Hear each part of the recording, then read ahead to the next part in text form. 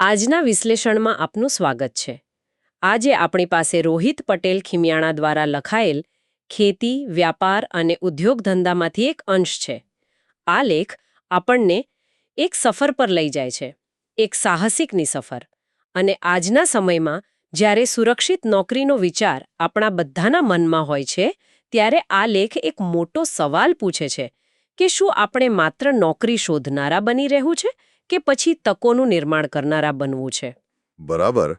અને અહીંયા રસપ્રદ વાત એ છે કે આ માત્ર પૈસા કમાવાની વાત નથી, ખરું ને? ના, બિલકુલ નહીં. આ લેખ ઉદ્યોગને એક મોટા કેનવાસ પર જુએ છે, જ્યાં એમ કહી શકાય કે વ્યક્તિગત સફળતા અને સામાજિક પ્રગતિ બંને એકબીજા સાથે જોડાયેલા છે. આપણે એ સમજવાનો પ્રયત્ન કરીશું કે કેવી રીતે એક વ્યક્તિનો નાનો પ્રયત્ન પણ આખા સમાજ માટે બદલાવ લાવી શકે છે. તો ચાલો આ સફરના પહેલા પગથિયાથી જ શરૂઆત કરીએ.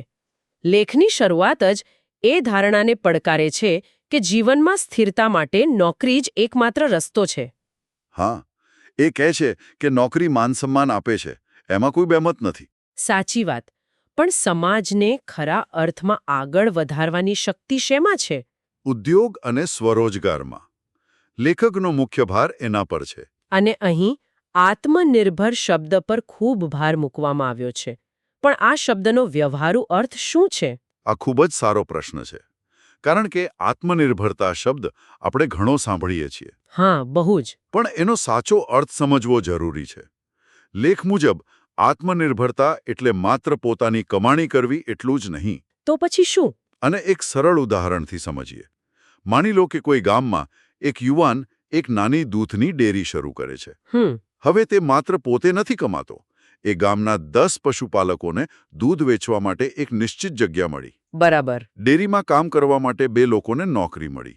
એક વ્યક્તિ આ ડેરીમાંથી દહીં માખણ ખરીદીને શહેરમાં વેચવાનો ધંધો શરૂ કરે છે. એટલે એક આખી સાંકળ બની. ચોક્કસ. આ એક નાનકડી ડેરીએ આખા ગામમાં પૈસાનો પ્રવાહ શરૂ કર્યો. આ છે સાચી આત્મનિર્ભરતાની અસર. વાહ! આ ઉદાહરણથી વાત એકદમ સ્પષ્ટ થઈ જાય છે કે આ એક વ્યક્તિની સફળતા નથી, પણ એક આખા ઇકોસિસ્ટમનો વિકાસ છે. પણ મને અહીં એક સવાલ થાય છે. પૂછો. શું આ વિચાર થોડો વધારે આદર્શવાદી નથી લાગતો?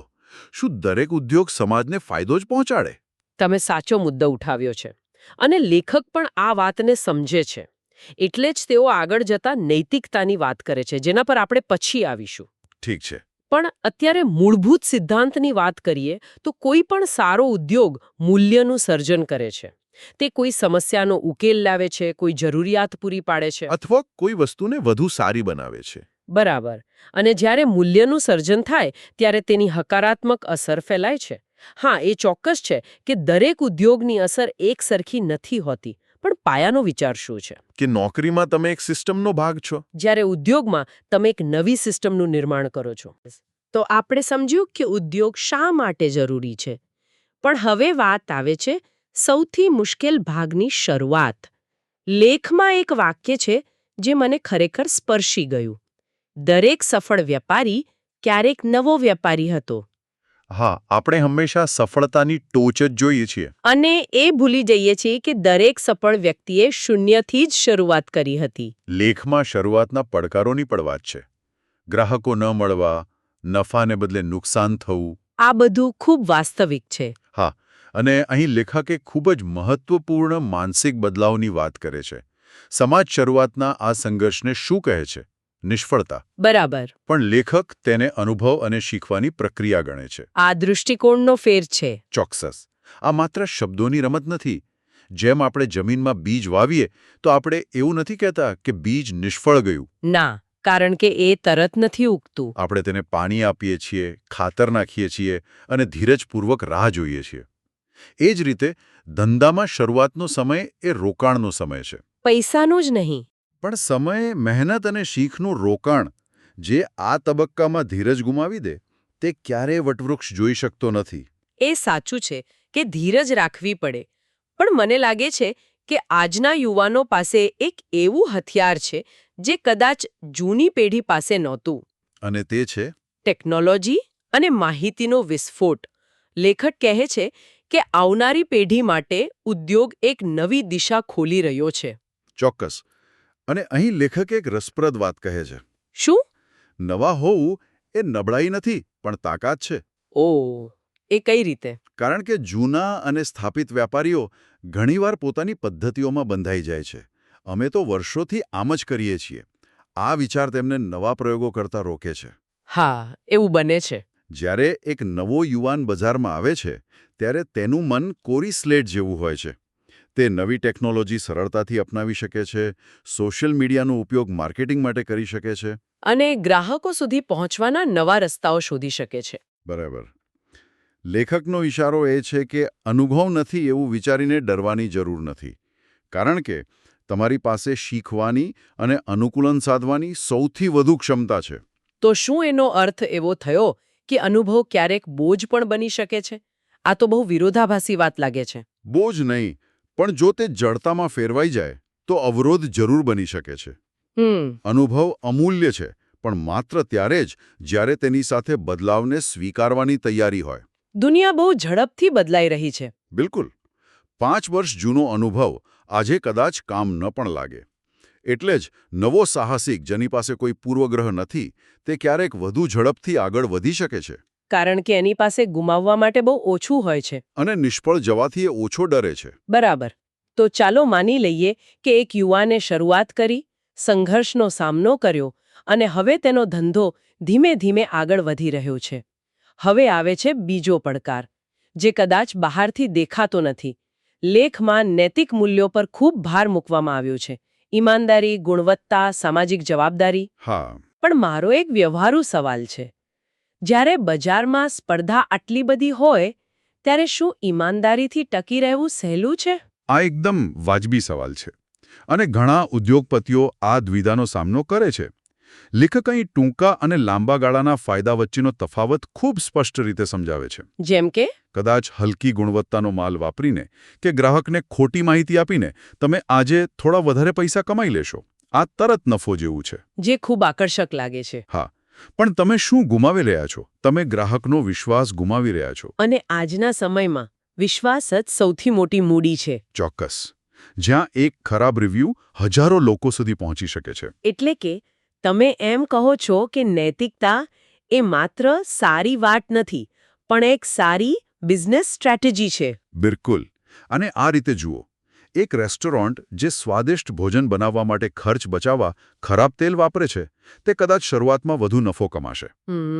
પણ જે દિવસે કોઈ ગ્રાહક બીમાર પડશે અથવા લોકોને ખબર પડશે તે દિવસે તેની આખી શાક ધૂળમાં મળી જશે. અને બીજી બાજુ જે રેસ્ટોરન્ટ સારી ગુણવત્તા માટે જાણીતી છે તેના ગ્રાહકો માત્ર પાછા જ નથી આવતા, પણ બીજા 10 લોકોને પણ ત્યાં આવવા માટે કહે છે. આ લાંબા ગાળાની સફળતા છે. બરાબર. લેખકનો સંદેશ સ્પષ્ટ છે. જે વ્યાપાર, સમાજ અને ગ્રાહકનું ભલું નથી વિચારતો તે લાંબો સમય ટકી જ ન શકે. અને આ બધું કરવા માટે એટલે કે શરૂઆતનો સંઘર્ષ સહન કરવા અને નૈતિકતાના માર્ગ પર ચાલવા માટે સૌથી જરૂરી વસ્તુ શું છે? મને લાગે છે કે તે માનસિકતા છે. ચોક્કસ. લેખમાં આત્મવિશ્વાસ અને સકારાત્મક વિચારધારાને કેન્દ્રમાં રાખવામાં આવ્યા છે. હું કરી શકું છું. આ નાનકડો વિચાર પહાડ જેવી મુશ્કેલીઓને પણ પાર કરવાની હિંમત આપી શકે છે. હા, અને તેની સાથે જ લેખક એક બીજી બહુ મોટી માનસિક અડચણની વાત કરે છે. કઈ? જેણે કદાચ સૌથી વધુ સપનાઓને શરૂ થતા પહેલા જ મારી નાખ્યા છે. અને તે છે લોકો શું કહેશે. ઓહ હા, આ એક એવો ડર છે જે આપણા સમાજમાં ઊંડે સુધી ફેલાયેલો છે. જ્યારે કોઈ નોકરી છોડીને પોતાનો ધંધો શરૂ કરવાનો વિચારે તો સૌથી પહેલો વિરોધ કદાચ પરિવાર અને મિત્રો તરફથી જ આવે છે. આ બધું નહીં ચાલે, સ્થિર નોકરી શું કામ છોડે છે? બરાબર. આ શંકાસ્પદ નજરો કોઈપણ વ્યક્તિનો આત્મવિશ્વાસ તોડી શકે છે. આ વાત એકદમ સાચી છે. આપણે ઘણીવાર પોતાના સપના કરતાં બીજાના અભિપ્રાયને વધુ મહત્વ આપીએ છીએ. હા, અને લેખક કહે છે કે દરેક સફળ ઉદ્યોગપતિની વાર્તામાં આ તબક્કો આવે જ છે. તેમણે લોકોની શંકાઓને અવગણીને પોતાની જાત પર અને પોતાના વિચાર પર વિશ્વાસ રાખ્યો. એટલે જ કહી શકાય કે બજારમાં લડાઈ શરૂ થાય તે પહેલી લડાઈ તો પોતાના મનમાં જ લડવાની હોય છે. એકદમ સાચી વાત. એકવાર તમે આ લોકો શું કહેશે વાળા અવરોધને પાર કરી લો પછી બહારના પડકારોનો સામનો કરવો થોડો સરળ થઈ જાય છે. બરાબર. તો એક વ્યક્તિએ મન મક્કમ કરી લીધું, તેની પાસે સારો વિચાર છે અને તે મહેનત કરવા પણ તૈયાર છે. પણ શું આટલું પૂરતું છે? ના. ઘણીવાર સાચા માર્ગદર્શન અને આર્થિક મદદના અભાવે પણ સારા વિચારો આગળ નથી વધી શકતા. આ સફરમાં વ્યક્તિને ક્યાંથી મદદ મળી શકે? અહીં લેખક એક સહકારભર્યા ભવિષ્યની વાત કરે છે. તેઓ માને છે કે આ માત્ર એક વ્યક્તિની લડાઈ નથી. આખા સમાજે સાથે આવવું પડશે. હા, લેખમાં સરકાર દ્વારા ચાલતી વિવિધ યોજનાઓ, તાલીમ કાર્યક્રમો અને લોન સહાયનો ઉલ્લેખ છે. એક પ્રકારની સપોર્ટ સિસ્ટમ. બરાબર, જેનો યુવાનોએ લાભ લેવો જોઈએ. પણ અહીં એક મોટો સવાલ એ પણ છે, આ યોજનાઓ તો ઘણી છે, પણ શું જમીની સ્તરે તેની માહિતી લોકો સુધી પહોંચે છે? આ એક ખૂબ જ મહત્વપૂર્ણ મુદ્દો છે અને એટલે જ લેખક માત્ર સરકાર પર નિર્ભર રહેવાની વાત નથી કરતા. તેઓ એક સામૂહિક પ્રયત્ન પર ભાર મૂકે છે. હા, આ એક એવી ઇકોસિસ્ટમ બનાવવાની વાત છે જેમાં સમાજ, શિક્ષણ સંસ્થાઓ અને સરકાર ત્રણેયનો ફાળો હોય. કઈ રીતે? શિક્ષણ સંસ્થાઓ વિદ્યાર્થીઓને માત્ર નોકરી માટે નહીં પણ ઉદ્યોગ સાહસિક બનવા માટે તૈયાર કરે. સમાજ નવા પ્રયત્નોની મજાક ઉડાવવાને બદલે તેને પ્રોત્સાહન આપે. અને સરકાર નીતિઓને વધુ સરળ અને સુલભ બનાવે.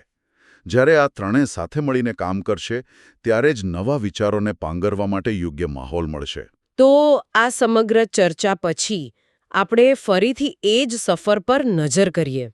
એક વિચારના જન્મથી શરૂ કરીને સમાજ અને પોતાના ડર સામે લડીને, ધીરજ અને નૈતિકતાથી ધંધો ઊભો કરીને, અને અંતે એક એવી સિસ્ટમ બનાવવી જે માત્ર પોતાને જ નહીં પણ બીજા ઘણા લોકોને પણ ફાયદો પહોંચાડે. લેખકનો અંતિમ સંદેશ ખૂબ જ સ્પષ્ટ અને પ્રેરણાદાયક છે કે જો વિચારમાં દમ હોય, મહેનતમાં કમી ન હોય અને લક્ષ્ય સ્પષ્ટ હોય તો સફળતા બહુ દૂર નથી. બરાબર.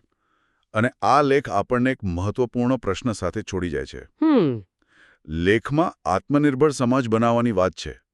તો વિચારવા જેવી વાત એ છે કે કોઈ પણ વ્યક્તિ ભલે તે મોટી કંપની શરૂ ન કરે, પોતાના કામમાં કે સમુદાયમાં એવું કયું એક નાનું ઉદ્યોગ સાહસિક પગલું લઈ શકે છે જે આ આત્મનિર્ભરતાના મોટા વિઝનમાં પોતાનું યોગદાન આપી શકે. હા, કદાચ તે પોતાની નોકરીમાં કોઈ કામ કરવાની નવી અને વધુ સારી રીત શોધવી હોય, અથવા પોતાના વિસ્તારની કોઈ નાની સમસ્યાનો ઉકેલ લાવવા માટે 5 લોકોને ભેગા કરવા હોય. અથવા તો કોઈ નવા સાહસિકને માત્ર પ્રોત્સાહનના 2 શબ્દો કહેવા હોય. સાચી વાત.